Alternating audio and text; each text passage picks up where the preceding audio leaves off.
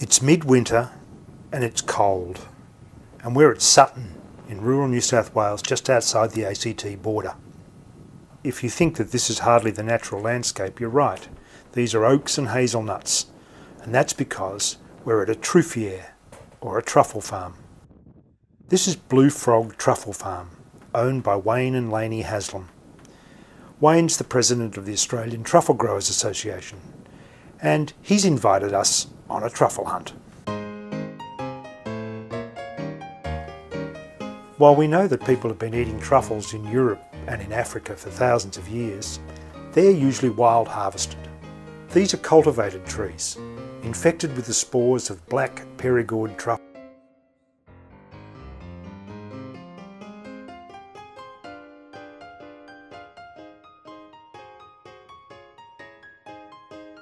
While pigs are very good at finding truffles with their sensitive noses, it's hard to stop them eating them once they find them.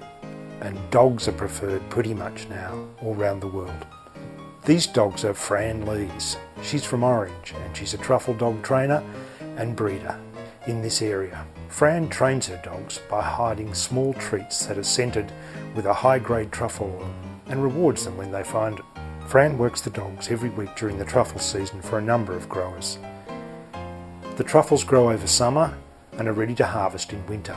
When the dogs sense a truffle, they have to wait for a treat until the actual truffle's dug up. This trains them to be sure of where a truffle is. No one knows whether there's one truffle or a number, year. Fran takes a younger dog along to train with her more experienced dog. Sonny, in this case, has decided that there isn't a truffle under that tree at all. Sonny. Truffles are a fungi, like mushrooms. And like mushrooms, they sometimes come to the surface by themselves. I wonder where that one is, Wayne. But more often than not, you have to dig carefully round the roots of the tree so as not to bruise the truffle.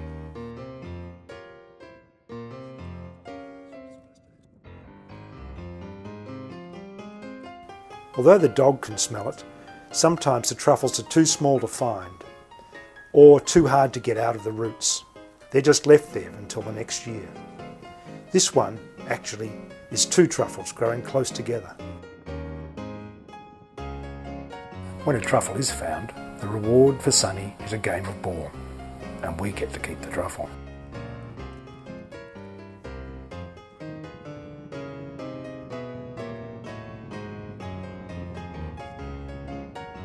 All the locations of the trees are numbered so that Wayne can work out whether there is a particular pattern or a particular type of tree in a place that's likely to crop more heavily.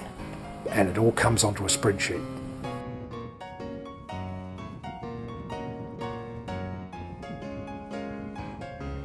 The dog starts to take a wider search, running backwards and forwards between the rows. He's getting tired, and we're getting tired too. After a few hours, Wayne and the dog decides to call it quits. We've collected almost a kilo of truffles. Fran will bring the dogs back every week until the end of the season.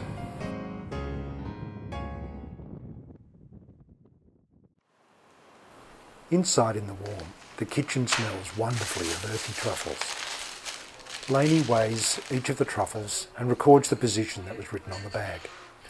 She'll then wash them and weigh them again. Because Fran's dogs search for a number of growers, she's an important source of information, passing on stories. He put him in his hat, and Sonny ran off to another tree, and she hit it again, and he pulled the cardboard back, and it was a big truffle sitting underneath the cardboard, and I said, I think you need the container. He said, I'll go and get it, and it was a big tin, about this big, and it was overflowing. Didn't need a container at all. It was really good. He got a great haul. Fran is planning to plant her own truffles, so she's keen to find out as much as she can from Wayne. This is the talk, see? So here's Canberra. You're either 8 or 9 around here, and up around Orange, so you're 9A. Over here, yeah, Mansmart, okay. Just here. And most of the growers in Melbourne are around here. And there's some over here. Lainey's cleaning up the truffles. Most of these will go to local restaurants and cafes, and the demand is growing. Well, that weighed 215 with the dirt on it. It's 202 without the dirt. At current market prices, that's around $500 for that truffle. There is a longer interview with Wayne on the Regional Food website. A question I asked was, did he expect the trees to produce after just 5 years? In Tasmania, some truffles are taking longer than 7 years to produce. And during a recent visit to New Zealand, we visited a truffle that had its first truffle in year 13. So nobody's quite sure of what's going on, but I suspect it might have something to do with climate and whether or not it's too cold in the summer, because they fruit in summer. But there doesn't seem to be any great certainty. I suggested to Wayne that it must have been reassuring to see truffles after 5 years instead of having to wait for 13. Well, that's right. So once they start to produce, then they should continue producing. You do have to monitor the soil conditions, especially here in Australia, because our soils are usually highly acid. You know, the soils are usually a pH of less than 6, and you need a pH of 7.9 to 8.1.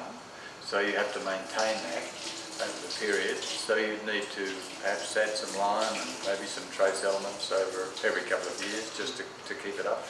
But if you do that, there should be no reason why you can't keep producing truffles at an increasing yield rate until you get up to maybe 40 kilos or even 60 kilos per hectare. There's an interesting longer interview with Wayne on the Regional Food website, and for more information see the Australian Truffle Growers website.